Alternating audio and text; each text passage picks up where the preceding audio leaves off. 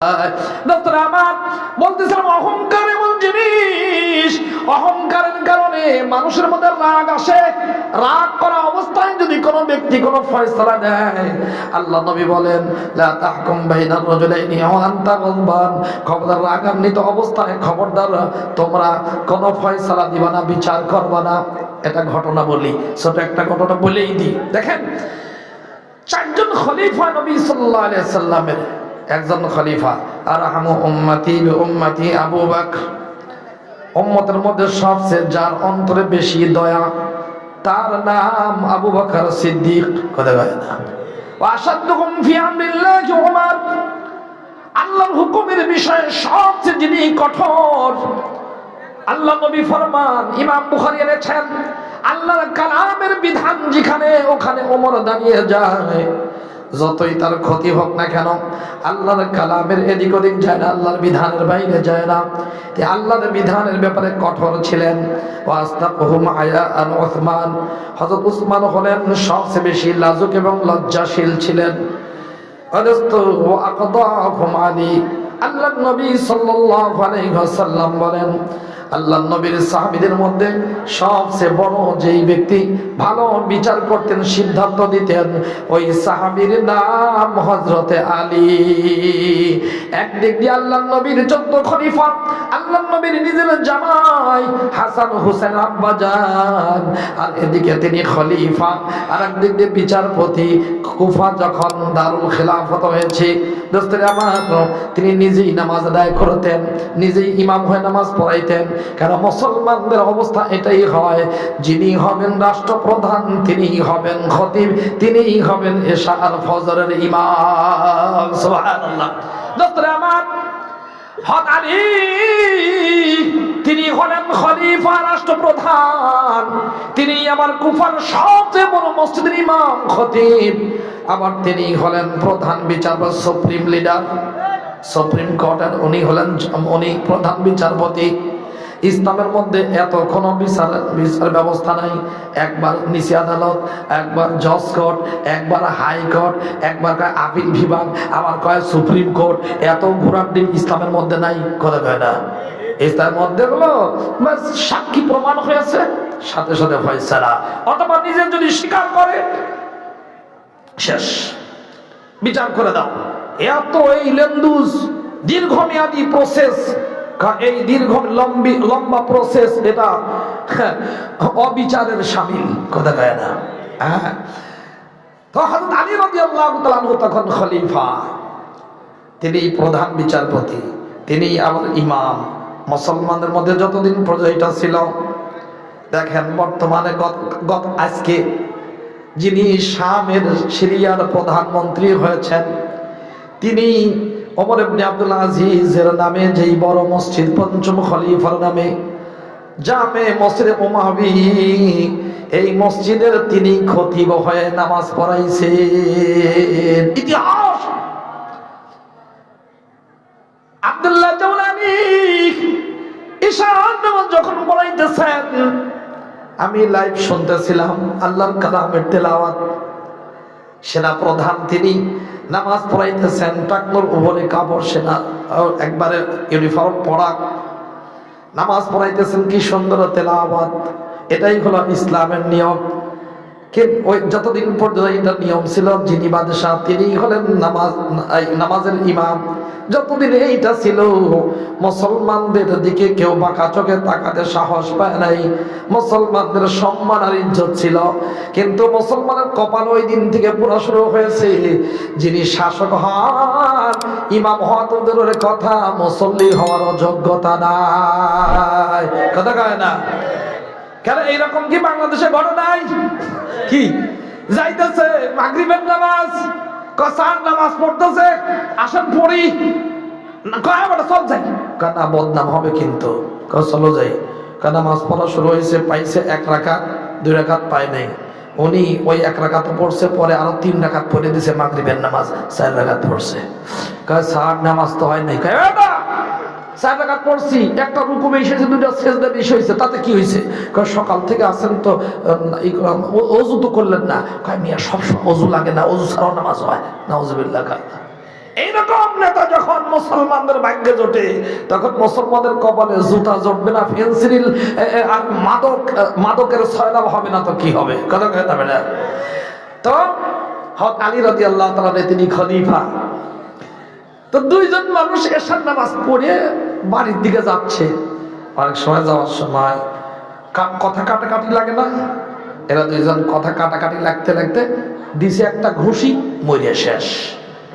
দুইজনের একদম যখন ঘুষি খেয়ে মারা গেছে, বুঝলেন নাই? ফিরাউন যেভাবে কাম করছে, ফিরাউন আসলে ঘটনা কি আপনারা তো শুনছেন এইটা, যে কোলে নিয়ে চুমো দিতে গেছে আর থাপ্পড় মারে দাঁত ভাঙছে। আসলে ঘটনা কিন্তু এর সাথে আরেকটা আছে। তা কি? 2.5-3 বছরের ছেলে, তো দেখতে তো সেই রকম, নবী তো, ভবিষ্যৎ নবী, সুবহানাল্লাহ কয় নবী, নবী তো কোলের মধ্যে নিয়ে বিচার করতেছে। কেন? যিনি প্রেসিডেন্ট তিনিই বিচারপতি। কিন্তু উনার বিচার খালি নিজের দলের পক্ষে যায়, তাহলে কিবতীদের পক্ষে যায়। বনি ইসরাইল নবীর বংশ, এদের বিরুদ্ধে সব রায় যায়। যখন মুসা কালিমুল্লাহ 3 বছর বাচ্চা কোলের মধ্যে দেখে, কি রে, এ দেখি বড় জালেম, সব সিদ্ধান্ত খালি নিজের দলের পক্ষে যায় আর অন্যদের বিরুদ্ধে চলে যায়। ব্যাপার কি? যখন দেখছে কিবতীর পক্ষে গেছে, বনি ইসরাইল নবীদের সন্তান, এদের বিরুদ্ধে, আল্লাহ ওয়ালাদের ইমানদারদের বিরুদ্ধে তার ফয়সালা গিয়েছে, তো মুসা কালিমুল্লাহ কোলের মধ্যে থাকা অবস্থায় একটা থাপড় যখন মারছে, একদিকের সাইডের দাঁত নড়ে গেছে। 2.5-3 বছরের বাচ্চা থাপ্পড়ে যদি দাঁত নড়ে, বোঝেন এই থাপ্পড়ের ওজন কতটুকু। এখন কয়, এইটা বলে ইসরাইলি সর্বনাশ, এর হাতেই আমার ক্ষমতা শেষ হবে, এর শেষ করে দাও, এর শেষ করে দেবে। কেন? ক্ষমতার বাহাদুরি, বুঝেন নাই? আসিয়া বলে, স্বামী আমাদের কোনো সন্তান নাই, এই সন্তান লালন পালন করছি আমরা, আমাদের সন্তান বলে পরিচয় দিচ্ছি, আর আপনি বললেন এ হলো বনি ইসরাইলের সন্তান, আমার রাজত্ব এর হাতে ধ্বংস হবে। এক থাপ্পড় দিছে, ছোট পিচ্চি মানুষ, ওকে কিছু বোঝে? পরীক্ষা করো। পরীক্ষা যখন করতে গিয়েছে, তখন এক জায়গায় রাখছে আগুন, আর এক জায়গায় রাখছে স্বর্ণ। মুসা কালিমুল্লাহর হাত স্বর্ণের দিকে যখন যেতে গিয়েছে, জিবরিল আমিন এসে তার হাতটাকে আগুনের আংলার উপরে দিছে, এটা নিয়ে গালের মধ্যে দিছে। কারণ ওই টাইমে যদি তার হাত আগুন থেকে স্বর্ণের দিকে যায়, তাহলে দুনিয়ার থেকে তাকে বিদায় হতে হয়। রাখে আল্লাহ, মারে কে? আল্লাহ তারা রাখতে চান, ওরা বিদায় করতে চান। কাঠটা ঠিক থাকবে, আল্লাহটা ঠিক থাকবে, কারণ আল্লাহ রাব্বুল আলামিন হেফাজতকারী। কি বলেন? ঠিক না? ফাল্লাহু খায়র হাফিযা ওয়া হুয়া আরহামুর রাহিমিন। রাখে আল্লাহ, মারে কে? আল্লাহ যদি রাখতে চান, দুনিয়ার সবাই যদি মারতে চায়, তাহলে তাদেরটা বানচাল হয়ে যায়, আল্লাহর সিদ্ধান্তই চূড়ান্ত বাস্তবায়ন হয়। ঠিক না? তো যখন দিছে ধাক্কা, ঘুষি দিছে, মরে শেষ, ও দিছে দৌড়। আর একজন দরবেশ জিকির করতে করতে যাচ্ছে, জিকির দেখছে, হায় রে, একজন ভাই মরা পড়ে আছে। যাক, হায় রে আমার ভাই রে, হায় রে আমার ভাই রে, কেটা মারল রে, হায় রে আমার ভাই কত ভালো মানুষ রে, হায় রে, আদর করতেছে। ইতিমধ্যেই পুলিশ এসে হাজির।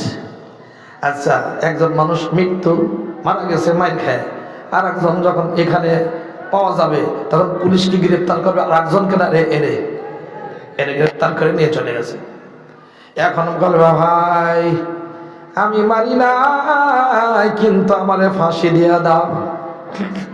মারে নাই কিন্তু ফাঁসি আমার দিয়া দাও। নিয়ে গেছে থানায়। কেন? পুলিশ তো আর মারতে পারে না, পুলিশ গ্রেপ্তার করতে পারে, কিন্তু পুলিশ কি করতে পারে না? বলেন না, মারতে পারে না। কেন? পুলিশ তো এর টাকার গুলাম। পুলিশ এর হাতে যে অস্ত্র থাকে, যেই পোশাক থাকে, হাতে যেই শক্তি, মাথায় যে তেল দিয়েছে জনগণের ট্যাক্সের টাকার বেতনে। কি বলেন? ঠিক কিনা? কেন? যাকে অপরাধী হিসাবে গ্রেপ্তার করছে, আদালত যতক্ষণ অপরাধী ঘোষণা না করবে, অতক্ষণ অপরাধী বলা যাবে না। এই জন্য একে মারার অনুমতি নাই, এর উপরে নির্যাতন করার অনুমতি নাই। এই জন্য দেখবেন ইউরোপ আমেরিকায় কখনো কখনো অপরাধী যাকে গ্রেপ্তার করা হয়, ওদের ঘুষি মারে, এইটা মারে, লাথি মারে, কিন্তু পুলিশ কিছুই বলে না। 3-4 জন ধরে আদালতে হাজির করে দেয়। আদালত বুঝুক কে? তবু মারে না। কেন? জানে যে এরা হলো মালিক, দেশের মালিক হলো সাধারণ জনগণ, যাদের টাকায় আমার বেতন হয়। আর যারা নিরাপত্তা বাহিনী, এরা হলো চাকর আর গোলাম। চাকর আর গোলাম কখনো মালিকের বুকে গুলি চালাতে পারে না। এটা অনুভূতি। এরা থানায় নিয়ে গেছে। থানায় যখন নিয়ে গেছে, এখন কি করবে? এ কয় আমি খুন করি নাই, আমার এই ফাঁসি দিয়ে দাও। কয় কেন তোমার দিবে? দুনিয়াতেই আমি শাস্তি পেয়ে যাই, দুনিয়াতে যেন গুনাহ টুনা মাফ হয়ে যায়, আখিরাতে যেন জান্নাত পেয়ে যায়। সুবহানাল্লাহ। পরের দিন আদালত, হযরত আলী রাদিয়াল্লাহু তাআলা আনহুর দরবারে লাশ এবং ওই ব্যক্তিকে নিয়ে পুলিশ হাজির। যখন লাশ এবং ওই পুলিশ ওই ব্যক্তিকে নিয়ে যখন হযরত আলীর দরবারে হাজির হয়েছে, যেই ব্যক্তি আসল খুনি সে দৌড়ায় চলে আসছে, কয় হায় হায়, একজনকে মেরেছি, একজনকে খুন করার কারণে আখিরাতের আদালতে আমাকে আসামি হতে হবে। আর এখন যদি আমি এখানে না যাই, তাহলে আর একজন মানুষ আমার কারণে খুন হবে, আমার কারণে নিরপরাধ মানুষ আরেকজন খুন হবে। দুইজন খুনি, দুইজনের খুন করার অপরাধী আমি অপরাধী হব, দুইজনের খুনি হবে, এটা হতে দেওয়া যায় না। গিয়ে বলা, হযরত আলী আমিরুল মুমিনিন, এই ব্যক্তি আসলে খুন করে নাই, আমি খুন করেছি, আমারে আপনি খুন করেন, আমাকে আপনি খুনের বদলে খুন করে দেন। এই অবস্থা যখন হয়েছে আদালতে, হযরত আলী বললেন, যাও আমি নিজে তদন্ত করে দেখব।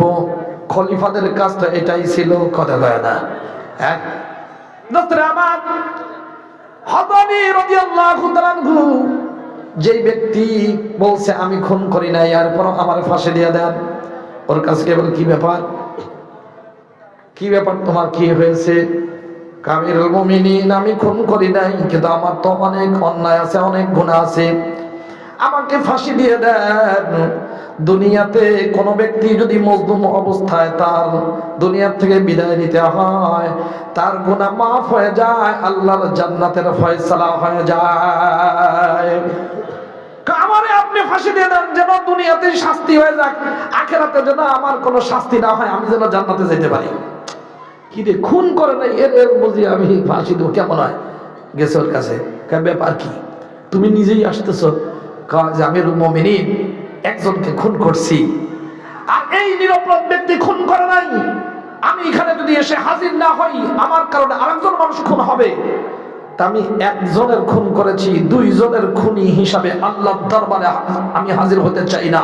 এজন্য আমাকে ফাঁসি দিয়ে দেন, দুনিয়াতেই যেন আমার বিচার হয়ে যায়, আখিরাতে যেন আমার কোনো বিচার না হয়, আমি যেন জান্নাত পেতে পারি। সুবহানাল্লাহ ওয়া বিহামদিহি। এটাই ছিল সাহাবায়ে কেরামের জজবা। এখন আদালতে হাজির, বলেন তো, যে খুন করে নাই সেও কয় আমারে খুন করেন, যে খুন করছে সেও কয় খুন করেন। এরকম একটা বিচার দেখার জন্য রাষ্ট্রের সব মানুষ হাজির হবে না? হাজার হাজার মানুষ হাজির হয়ে গেছে। আর একজন তার সন্তান হযরত হুসাইন, তিনি এসে দরজায় দাঁড়ায় গেছে, দেখতে অনেক লম্বা, নবী সাল্লাল্লাহু আলাইহি সাল্লামের চেহারা পাইছে, যেমন আকর্ষণীয় চেহারা, ও আল্লাহ নবী সাল্লাল্লাহু আলাইহি সাল্লামের একবার পুরো অর্ধেক পেয়ে গেছে। এরা দুই ভাই, একজন হলো কোমর থেকে নিচ পর্যন্ত আল্লাহ নবীর মতো, আর একজন কোমর থেকে মাথা পর্যন্ত আর নবী সাল্লাল্লাহু আলাইহি সাল্লামের মতো। সুবহানাল্লাহ গায় না? কারণ আমাদের নবী এত সৌন্দর্যের অধিকারী, আল্লাহ তাআলার যত সৃষ্টি কৌশল আছে, যত তার বানানোর নিয়ম কারণ সুন্দর আছে, এই সৌন্দর্যের সবকিছু খাটিয়ে একজন মানুষকে সবচেয়ে বেশি সুন্দর করে বানিয়েছেন, তিনি হলেন আমাদের নবী, সকলের নবী, নবীদের ইমাম, নবীদের নবী মুহাম্মদুর রাসূলুল্লাহ সাল্লাল্লাহু আলাইহি ওয়াসাল্লামকে সবচেয়ে সুন্দর করে আল্লাহ তাআলা বানিয়েছেন। আর আল্লাহ নবী সাল্লাল্লাহু আলাইহি ওয়াসাল্লাম এমন যে আল্লাহ নবীর পুরো বডি সাহাবায়ে কেরামের মধ্যে আল্লাহ তাআলা বন্টন করে দিয়েছেন। সুবহানাল্লাহ। কারোর নাক দেখতে রাসূলের নাকের মতো, কারোর ঠোঁট দুইটা রাসূলের ঠোঁটের মতো, কারোর হাত হলো আল্লাহ নবীর হাতের মতো, কারোর তেলাওয়াত আল্লাহ নবীর তেলাওয়াতের মতো, কারোর হাঁটা আল্লাহ নবীর হাঁটার মতো, কারোর চাহনি আল্লাহ নবীর চাহনের মতো, কারোর মাথার চুল আল্লাহ নবীর চুলের মতো। আল্লাহ নবীর পুরো বডি সাহাবায়ে কেরামের মধ্যে আল্লাহ তাআলা বন্টন করে দিয়েছেন। সুবহানাল্লাহ। দোস্তরা আমার, হযরত তিনি বললেন যাও, যে খুন করেছে তারে খুন করো, যাও নিয়ে যাও। রাগের সাথে বলে দিছেন। যখন বলছেন, হুসাইন দরজার পাশে দাঁড়িয়ে, আমিরুল মুমিনিন, একটা কথা আছে, সেটা কি? আপনি হলেন নবীর জামাই, হযরতে ফাতেমার স্বামী, আপনি হলেন আমিরুল মুমিনিন, আপনি হলেন প্রধান বিচারপতি। নবীজি যার সম্পর্কে বলেছেন আকাদাহুম আলী, আলী হলেন সবচেয়ে বড় ভালো বিচারক। তার প্রত্যেকটি জিনিস সিদ্ধান্ত সুন্দর হয়, ভালো হয়, সঠিক হয়। খবরদার আল্লাহর নবীর বংশের আপনি বদনাম করবেন না। কিরে, প্রধান বিচারপতি চেয়ারে বসা, আর হুসাইন ওই দূরের থেকে দরজায়, নবীর বংশের বদনাম করেন না। আপনি কুরাইশ, তো কুরাইশ বংশের বদনাম করেন না, আপনি হাশেমি, বদনাম করেন না। কি ব্যাপার, বদনাম কেন? আপনি কি জানেন না নবীজি বলেছেন দুইজনের মধ্যে অতক্ষণ পর্যন্ত ফয়সালা করবেন না রাগান্বিত অবস্থায়। রাগ যখন থেমে যায় তখন আপনি ফয়সালা করবেন। কারণ রাগান্বিত অবস্থায় যদি কেউ ফয়সালা করে তাহলে তার দ্বারা সব সময় সঠিক ফয়সালা হয় না, কথা কয় না। এই জন্য যারা মাথা গরম, ফেন্সিল আর যারা মদ পান করে, এই সময় 2 নম্বরই ব্যক্তিকে কখনো বিচারক নিয়োগ করার অনুমতি নাই, কথা কয় না। বলছেন আপনি কি জানেন না নবীজি বলেছেন লা তাহকুম বাইনার রাজুলাইনি ওয়া আনতা গাযবান, দুইজনের মধ্যে খবরদার ফয়সালা করবেন না, খবরদার বিচার করবেন না রাগান্বিত অবস্থায়। কি কও তুমি এটা আবার? ঠিক আছে, চুপ রইছে। এরপর বলছেন, বলে দেখেন আমিরুল মুমিনিন, আপনি যদি আল্লাহর নবীর হাদিসের সম্মান না রাখেন কে রাখবে? আপনি বলেন দেখি আল্লাহর নবীর হাদিস এইটা যদি সত্য হয়, কি হাদিস? আল্লাহর নবী সাল্লাল্লাহু আলাইহি ওয়াসাল্লাম বলেছেন আসিদকু ইউনজি ওয়াল কিযবু ইহলিক, সত্য মানুষকে মুক্তি দেয়, মিথ্যা মানুষকে ধ্বংস করে দেয়। আছে না নাই?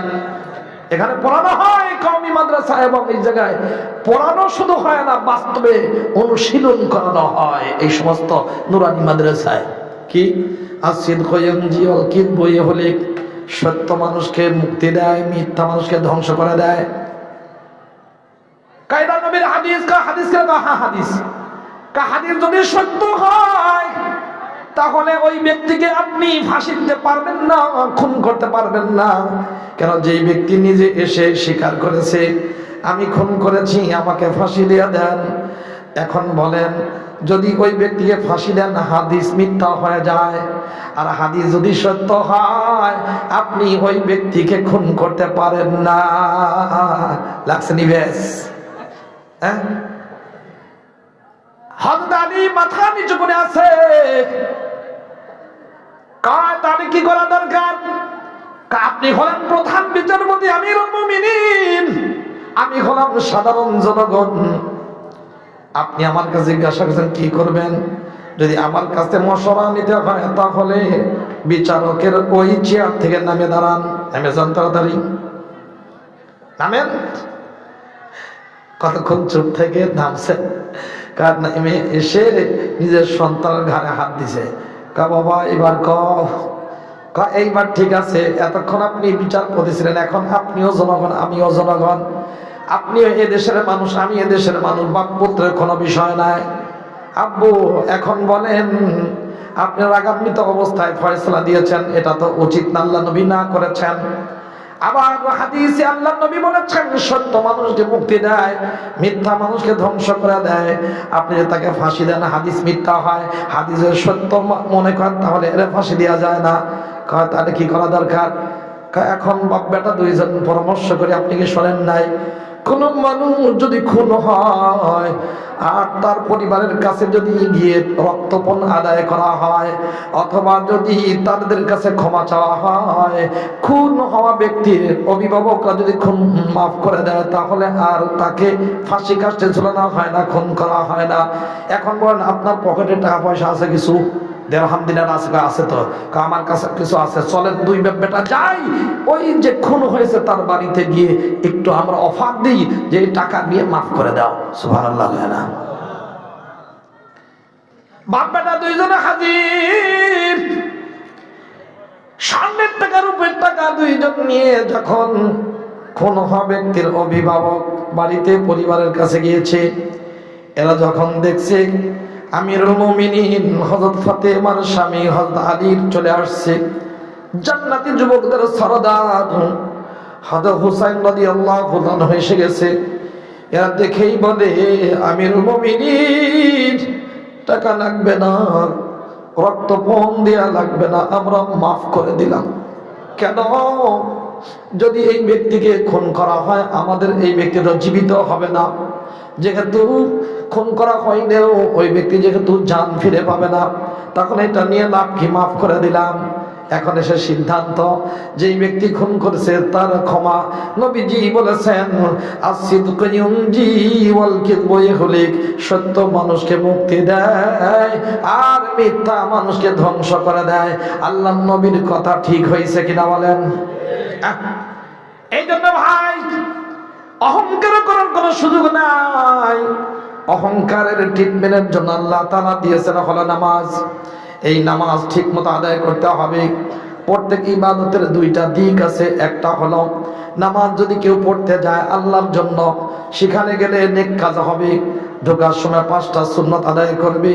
1 নম্বর বিসমিল্লাহ পড়া, নম্বর 2 দরুদ সালাম পড়া, নম্বর 3 দোয়া পড়া। 3টা এইভাবে পড়া যায়, বিসমিল্লাহ ওয়াসসালাতু ওয়াসসালামু আলা রাসূলিল্লাহ আল্লাহুম্মা আফতাহলি আবওয়াবা রাহমাতিক। 4 নম্বর ডান পা দিয়ে প্রবেশ করা, ইতিকাফের নিয়ত করা, ভিতরে যাবে আল্লাহু আকবার বলে যখন আল্লাহকে সন্তুষ্ট করবার জন্য নামাজ আদায় করবে।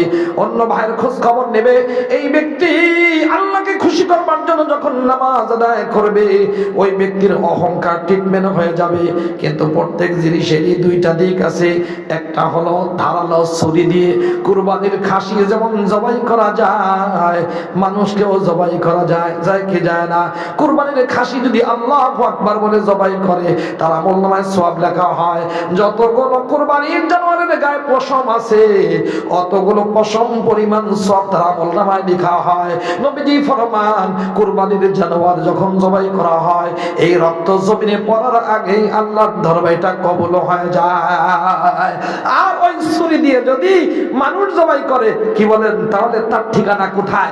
আল্লাহ রাব্বুল আলামিন বলেন যে ব্যক্তি ইচ্ছা করে কোন ব্যক্তিকে, কোন ইমানদারকে হত্যা করে তার প্রতিদান হলো জাহান্নাম, প্রতিফল জাহান্নাম, ঠিকানা হবে জাহান্নাম। আর আল্লাহর গজব, আল্লাহর লানত তার উপরে, এবং চিরস্থায়ী জাহান্নামে সে অবস্থান করবে। দোস্তরা আমার ছুরি কিন্তু একটা দিয়ে সওয়াব কামাই করা যায়, আবার ওই ছুরি দিয়ে গুনাহ কামাই করা যায়। এখন নামাজ পড়তে যাওয়ার সময় চিন্তা করলো দেখি কার জুতাটা বেশি ভালো। কি সালাম যখন এটা সেজদায় যাবে আমি জুতা নিয়ে ঘুম কথা কয় না, তাহলে কি অহংকার দূর হবে? দুধারি জিনিস হজ। তাই দেখেন হজ মানুষের নাম কামানোর প্রবণতা, প্রসিদ্ধিতা, এইটা মানুষ যে প্রসিদ্ধিতা অর্জন করে, প্রসিদ্ধিতা অর্জন করতে চাইলে মানে ভিন্ন একটা পদ্ধতি অবলম্বন করতে হয়। সচার আচার যেটা পোশাক চলে এইভাবে যদি চলে তাহলে তার নাম বাড়ে না, কথা কয় না? সবাই একরকম নাম বাড়ে। আমাদের এখানে একটা পরিবেশ আছে, সবার টুপি মাশাআল্লাহ, কেউ পাস করলে কেউ এরকম বিভিন্ন জন পড়ছে। এখন 3 হাত উঁচু যদি একটা কি টুপি মাথায় দিয়ে কেউ আসে তাহলে একটা ব্যতিক্রম ধর্মীর কারণে নাম ছড়ায় যাবে, কি বলেন ঠিক না? হ্যাঁ, পাগড়ি মাথায় দিয়েছে ভালো করে, আর একটা দিয়েছে পাগড়ি মাথায় দিয়েছে 20-50 এরকম বিশাল কারবার, দেখি বাবা রে বাবা। তাহলে দেখা গেল ব্যতিক্রম কোন জিনিস অবলম্বন করলে তখন তার এই নামটা তাড়াতাড়ি ছড়ায় যায়, কথা কয় না? হজের মধ্যে আল্লাহ রাব্বুল আলামিন দেখেছেন সব এক কাপড় পরো, সব সাদা, সবাই হলো ফিতাওয়ালা স্যান্ডেল, কারোর মাথায় কোনো টুপি নাই, কারোর গলায় কোনো টাই কুত্তার জিব্বা নাই, কথা কয় না? সেলাই করা কোনো, তারপরে কোনো পোশাক নাই, সবই একরকম। কোন রকম এখানে ভিন্নতা নাই, সবাই যখন একরকম তখন নাম কামানোর প্রবণতা থাকে না, রিয়া থাকে না।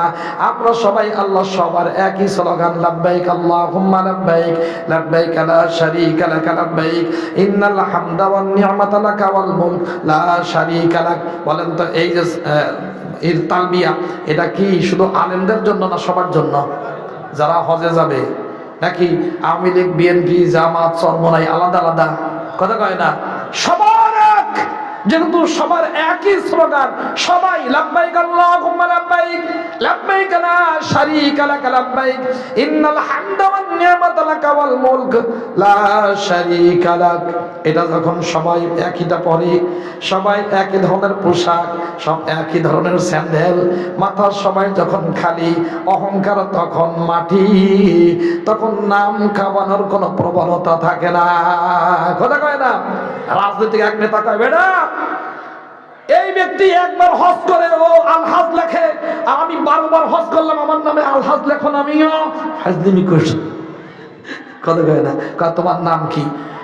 আমার নাম আলহাজ সামাদ আলী। আলহাজ কি? সামাদ আলী। তোমার নাম কি? নামাজি আহেদ আলী। নামাজি আহেদ আলী মানে কি? তুমি সারা জীবন এক হজ করে যদি আলহাজ সামাদ আলী হও, তা আমি প্রত্যেকদিন 5 বার নামাজ পড়ি, তো নামাজি আহেদ আলী হবো না? কথা কয় না বেটা? তো অহংকার দূর করবার জন্যে আল্লাহ তাআলা নামাজ সালাত দিয়েছেন। আর নাম কামানোর প্রবণতা, প্রসিদ্ধিতা অর্জন, এটা যেন মাটি হয়ে যায়। প্রসিদ্ধিতা মানুষকে আল্লাহর কুদরতি আর রহমতের চোখ থেকে দূরে সরিয়ে দেয়, তাকে নিচু করে দেয়। এই জন্যই হজ দেওয়া হয়েছে। আর আল্লাহর কি কারিশমা যে আপনারা এমন এক জায়গায় আসছেন, গোরস্তানের মাহফিল। কিসের মাহফিল বলেন না? আচ্ছা, গোরস্থানে এখানে কি আপনাদের এখানে কোনো ভিন্ন ব্যতিক্রম ধর্মী আছে নাকি? হ্যাঁ, যদি অন্য কোন দলের বড় নেতা মারা যায়, তাহলে তার 10 কাপড় আর 500 হাত লম্বা কবর আছে নাকি? এটা কথা কয় না? হ্যাঁ, এলাকার কোন পাগলি যদি মারা যায়, তাকে 1 কাপড় দিয়ে দাফন করা হবে। আর ধনীর স্ত্রী যদি মারা যায়, তাকে 100 কাপড় দেওয়া হবে। আছে নাকি এরকম? হ্যাঁ, আব্দুল হোসেন কাসেমি দামাদে বারাকাত যদি মারা যান, তাকে 20টা কাপড় দেওয়া হবে, 50 হাত বিশাল কবর। আর একজন যদি রিক্সাওয়ালা মারা যায়, তাহলে তার 1 কাপড় আর 3 হাত গর্ত করে কোন রকম পুঁতে রাখ, এরকম নাকি ভাই? তাহলে বোঝা গেল এখানে সবাই, কথা কয় না, সমান। এখানে যে যাই করুক না কেন, কবর পাশাপাশি। কিরে ভাই, পাশাপাশি দেন না? ওখানে গিয়ে কি মারামারি আছে? হ্যাঁ, এবারে তুমি সরকারি দল করছো, জুলুম করছো, আমার পাশে এসে তোমার লাইট আমি সাইজ করতেছি, এরকম কি কবরে কেউ বলা বলি করবে? কথা কয় না? দোস্তরা আমার, মায়ের পেট থেকে আসছি, আসার রাস্তা একটা, কবরে ওখানে সবাই অবস্থা একই। মাঝখানে আমাদের এত দলাদলি, মারামারি, হানাহানি কেন? এইটা সুন্দর করবার জন্য, ঐক্যবদ্ধ করবার জন্য। জনবর্ণাজ বলেছি, সবাই যদি কোরআনের বিধান মানে আর মুহাম্মদুর রাসূলুল্লাহকে যদি নেতা মানে, তাহলে কোনো অশান্তি থাকবে না, শান্তির রাজ কায়েম হবে, সন্ত্রাস বন্ধ হবে, উন্নতি অগ্রগতি প্রতিষ্ঠা হবে। সুবহানাল্লাহ কয় না? দোস্তরা আমার, তাহলে সেই কোরআন এখানে পড়ানো হয়। আজকে গোরস্থানের কাছে আসছি, সব দলাদলি, মারামারি, হানাহানি, বিভেদ সব কিছু এখানে দাফন করে দিয়ে যেতে হবে। আত্মীয় স্বজনকে যেভাবে দাফন করেছেন, ডানপন্থী বামপন্থী নাই। কথা কয় না? কেন বামপন্থী যারা, ওরাও বেপর্দার পক্ষে। কথা কয় না? ডানপন্থী যারা, ওরাও কি পর্দার পক্ষে? কথা কয় না? যারা বামপন্থী, ওরাও সুদী ব্যাংকের অনুমতি দিছে। ডানপন্থীরাও কিন্তু সুদের বিরুদ্ধে না। কথা কয় না? বামপন্থী যারা, ওরাও মানব রচিত আইন প্রতিষ্ঠা করতে চায়। ডানপন্থী যারা, ওরাও মানব রচিত আইনের কথাই কয়। তাহলে উভয়জন সবাই সমান। কি বলেন? ঠিক না? আল্লাহর জমিনে আল্লাহর হুকুমই শুধু চলবে। সৃষ্টি যেহেতু আল্লাহর, তো হুকুমও চলবে কার? বলেন না? আল্লাহরই চলবে। অন্য কারণটা চলতে দেওয়া যায় যায় না। যদি কেউ চলাবার জন্য চেষ্টা করে, যদি কেউ অনুমতি দেয়, আর কোন পীর সাহেব যদি দোয়া করে যে মানব রচিত আইন প্রতিষ্ঠার জন্য উনি আসছে, আর কয় আল্লাহ তুমি ওর কামিয়াবি দিয়ে দাও, তার মানে শয়তানি আইন ও প্রতিষ্ঠা করবে, শয়তানি আইনের পক্ষে বলবে, এই জন্য এর কামিয়াবি দিয়ে দাও, ওই ইমাম সাহেবের এবং ওই পীর সাহেবের ঈমান চলে যাওয়ার সম্ভাবনা আছে। কথা কয় না বেটা? একজনের বউ আর একজনের মশারায় যদি চলে তাহলে সংসার কি টিকে? কথা কয় না? একজনের দোকান আর একজনের মশারায় যদি চলে দোকান দেউলিয়া হয়ে যায়। যেহেতু সৃষ্টি আল্লাহর, অতএব এটাকে যদি সুন্দর করতে হয় তাহলে আল্লাহর বিধানই কায়েম করতে হবে। অতীতে যা গিয়েছে গিয়েছে, আজকের থেকে নিয়ত হবে আমরা আল্লাহ নবী রেখে যাওয়া খেলাফতের পক্ষে কাজ করবো। ঠিক আছে? প্রত্যেক নামাজি, প্রত্যেক হাজি, প্রত্যেক তবলিগওয়ালা, প্রত্যেক পীর সাহেবের মুরিদ, আশিকে রাসূল যারা আছে সবাই আল্লাহ নবীর রেখে যাওয়া খেলাফতের কাজ করবে। যত ধর্ম বর্ণ ভিন্ন মত সবার জন্য খেলাফত। কি বলেন ঠিক না? নয় শাহাদাত নয় খেলাফত, যেটা আমাদের মুজাহিদ আজম আল্লামা শামসুল হক ফরিদপুর রহমাতুল্লাহ আলাইহি পৃথিবীর ইতিহাসে প্রথম যেই স্লোগান তিনি বলে গেছেন, বাংলার ইতিহাসে মরলে শহীদ বাঁচতে গাজী। কথা কয় না? মরলে শহীদ বাঁচতে গাজী। মুসলমান ঈমান নিয়ে যতক্ষণ থাকবে, ঈমানি অবস্থায় যখন থাকবে, তখন মর্দে মুজাহিদ হিসাবে চলবে। শয়তানের বিপক্ষে সে একজন মর্দে মুজাহিদ। আর যদি চলে যায়, ঈমান নিয়ে চলে গেলে জান্নাত তার ঠিকানা হয়। কি বলেন ঠিক না? এই জন্য আমরা সবাই গোরস্তানের মাদ্রাসায় আসছি, গোরস্তান কাছে। এখান থেকে ওয়াদা করে যাই আমরা আল্লাহর রাস্তায় চলবো, নবীর সুন্নত মানবো, আল্লাহর কোরআন পড়বো, আল্লাহর কোরআন পড়াবো, আল্লাহর কোরআনের সাহায্য করবো না ইনশাআল্লাহ? এই জন্য আমি তিনটি কথা সব জায়গায় বলি। এক নম্বর, যে সমস্ত মুরব্বী আব্বু আম্মু যারা আছি, যারা অনেকেই আল্লাহর কালাম তেলাওয়াত করতে জানি না, আছে না নাই? তাহলে এখনো যেহেতু আজরাইল আসে নাই, এজন্য কমিটির সদস্যরা সহ সব মুরব্বী আল্লাহর কালাম সহি করে শিখবো, এমন একটা ওয়াদা করা যায় কিনা? আমার সাথে ওয়াদা করার দরকার নাই, যিনি আপনার মালিক তার সাথে ওয়াদা করেন। নম্বর 2, আমাদের অনেক সন্তানাদি বিবাহ শাদী হয়ে গেছে, বিভিন্ন কাজে এরা ব্যস্ত হয়ে পড়েছেন। তাদেরকে শীতের পিঠা খাওয়ার দাওয়াত দিয়ে আব্বু আম্মু আদর করে বলে তাদেরকে বলেন, মা আব্বু তুমি তো আল্লাহর কালাম পড়া জানো না, তুমিও বোঝো নাই, আমিও শিখাই নাই, তা এখনো তো সময় আছে, তুমি আল্লাহর কালাম সহি করে শিখো, তুমিও বাঁচো আমাকেও বাঁচাও। বলতে পারবেন না ইনশাআল্লাহ? নম্বর 3, ছোট ছোট বাচ্চা কাচ্চা যা আছে, নাতি পুতি, সবগুলো ধরে নিয়ে এসে কমপক্ষে 4 বছরের জন্য নুরানি মক্তবে দিয়ে দেন। কথা বলে না? কেন নুরানি মক্তবে 6 বছর 7 বছরের ছেলে মেয়েরা জানাজা পড়ায়, জুমার খুতবা মুখস্থ বলে, আরবি বাংলা ইংরেজি যেই সুন্দর করে লেখে এরা, জিন্দেগিতে প্রাইমারি হাই স্কুলে এটা চোখেও দেখি নাই। কথা কয় না? হ্যাঁ, দেখেন মুজাহিদ আজম আল্লামা শামসুল হক ফরিদপুর রহমাতুল্লাহ আলাইহির মশওয়ারায়, হাফিজি হুজুর রহমাতুল্লাহ আলাইহির সরাসরি তত্ত্বাবধানে হযরত মাওলানা কারি বিলায়েত হুসাইন রহমাতুল্লাহ আলাইহি এই নুরানি সিস্টেম চালু করে গেছেন। এবং এই নুরানি সিস্টেম হাটহাজারী মাদ্রাসা কবুল করেছে, চরমুনের দোস্তরা কবুল করে কিরাতুল মাদ্রাসা শুরু করছেন, ইকরা মাদ্রাসা প্রতিষ্ঠা হয়েছে, নাদিয়াতুল কোরআন প্রতিষ্ঠা হয়েছে। বাংলাদেশে 60,000-এরও বেশি এই নুরানি মক্তব চলছে, যেখানে আরবি বাংলা ইংরেজি যেমন লেখা তেমন সুন্দর পড়া, সেই রকম আদব কায়দা শেখানো হয়, হাদিস পড়ানো হয়। 2 রাকাত নামাজে 60টি মাসআলা এরা মুখস্থ বলতে পারে, মাসলা মাসাইল পড়ে এবং ইসলামী তাহজিব তামাদ্দুন সংস্কৃতি শেখে। এত কিছু ভালো পাওয়ার পরেও কোন মুসলমানের বাচ্চা অন্য কোন জায়গায় যেতে পারে না। কি বলেন ঠিক না? যতক্ষণ পর্যন্ত মুসলমানদের উপযোগী করে কোন সিলেবাস তৈরি না হয় এবং বাধ্যতামূলক না করা হয়, ততক্ষণ পর্যন্ত কোন মুসলমানের সন্তান কোরআনে কারীমের নুরানি তালিম শিক্ষা দেওয়া ছাড়া, এই কোরআন পড়ানো ছাড়া অন্য কোন জায়গায় যেতে পারে না।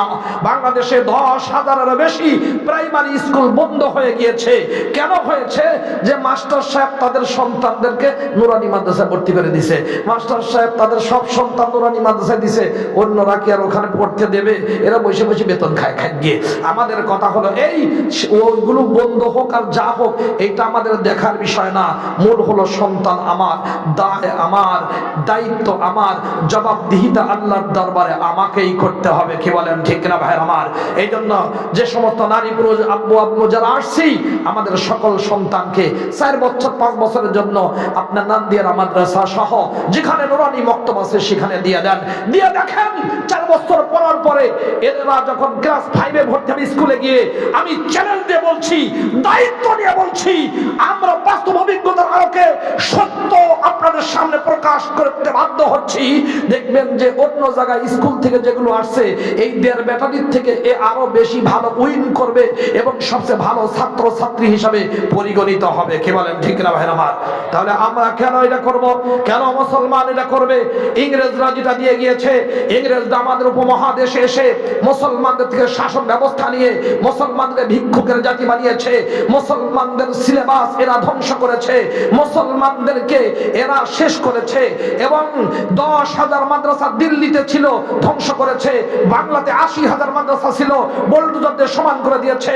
ডাভেল এলাকায় 100 ইউনিভার্সিটি ছিল ইন্ডিয়াতে, সেটাও তারা ধ্বংস করে আমাদের ইসলামী সিলেবাসকে ধ্বংস করে দিয়ে ওরা তাদের গোলাম আর কিছু চাকর দালাল তৈরি করবার জন্য সিলেবাসের নামে সুলাবাস দিয়ে গেছে। কথা কয় না বেটা?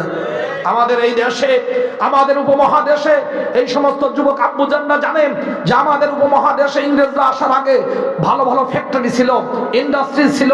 এখানকার কর্মচারী যারা, কারিগর যারা মসলিন শাড়ি তৈরি করত, 12 হাত শাড়ি একটা সুপারির এর মধ্যে রাখা যেত, ভরা যেত খোসার মধ্যে। কত হাত বলেন না? 12 হাত শাড়ি। এরপরে ইংরেজরা এসে এই আঙ্গুল কেটে দিছে, ডাইন হাত কেটে দিয়ে কারিগর শেষ করেছে, ফ্যাক্টরি ধ্বংস করেছে, মুসলমানদের অর্থ সম্পত্তি বাতিল করেছে, মুসলমানদের সুন্দর পরিবেশ। একই পরিবারে 4 জন 4 ধর্ম মানত, কিন্তু কোনোদিন গন্ডগোল লাগে নাই। কথা কয় না? কিন্তু ওরা সাম্প্রদায়িকতার বীজ বপন করে ধর্মে ধর্মে, একই ধর্মে অনেক ইসলামের নামে বেনামে দল পাকিয়ে ওরা গন্ডগোলের স্থায়ী ব্যবস্থা করে গিয়েছে। এবং ওরা আমাদের সুন্দর কালচার, সুন্দর পোশাক আদি সব কিছু ধ্বংস করে গোলামির পোশাক আমাদেরকে দিয়ে গেছে। আমাদের তো শরম লাগা দরকার, আমাদের তো লজ্জা হওয়া দরকার, আত্মমর্যাদা বোধ জাগ্রত হওয়া দরকার। যারা আমাদের সব কিছু ইতিহাস ঐতিহ্যকে ধ্বংস করলো, ইসলামী সিলেবাসকে ধ্বংস করলো, বড় বড় ফ্যাক্টরিকে ধ্বংস করলো, কারিগরদেরকে হত্যা করলো, আমাদের শিল্প সবকিছু কেড়ে নিল, ওদের কোন সিলেবাস কোন মুসলমান মানতে পারে না। আমরা সেই মদিনাটাই মানতে চাই। আপনি ইতিহাস উঠায় দেখেন, যে খাদিজা নামক মেয়েটা কর্ডোবা স্পেন থেকে লিখেছে, যত বড় ভালো আবিষ্কার, এই আবিষ্কারের পিছনে মুসলমানরা 1 নম্বর অবদান রেখেছে। কথা কয় না? কিন্তু ওরা চুরি করে নিয়ে মুসলমানদের নাম ভুলায় দিছে আর ওদের নাম আমাদের মুখে তুলে দিয়েছে। অতএব এখন থেকে আজকে আমরা কবরের পাশ থেকে, আমরা গোরস্থানের পাশ থেকে ওয়াদা করে যেতে চাই, আমরা সবাই প্রতিজ্ঞাবদ্ধ হয়ে যেতে চাই, আমরা ওই ইংরেজ কুকুরদের কোন আইন, কোন সংস্কৃতি, তাদের কোন নিয়ম নীতি আমরা মানব না। কেন? আমরা মুসলমান, আমাদের ইতিহাস আছে, ঐতিহ্য আছে এবং আমাদের ওই সত্যিকার আমাদের গর্বের ইতিহাস আছে, অবদান রয়েছে। আমাদের পরিপূর্ণ দিন বাদ দিয়ে আমরা ওদের দালালিতে নিমগ্ন হতে পারি না। কি বলেন ঠিক না? এই জন্য মেরে ভাইও, গোরস্থানের মাহফিলে আপনারা আসছেন, আল্লাহ তাআলা আপনাদের উভয় জাহানের সফলতা দান করুন। আমরা আপনারা সবাই এখানে হাজির হয়েছি, নিজেদের জন্য দোয়া করব। এবং গোরস্থানে এত বড় বিশাল গোরস্থান, এত হাজার হাজার মানুষ এখানে শুয়ে আছে, প্রত্যেকেরই আত্মীয় স্বজন কেউ না কেউ দুনিয়া থেকে চলে গেছে। এদের জন্য দোয়া কে করবে? আমাদেরকেই দোয়া করতে হবে। আমাদের ভাইয়েরা, আমার বড় ভাই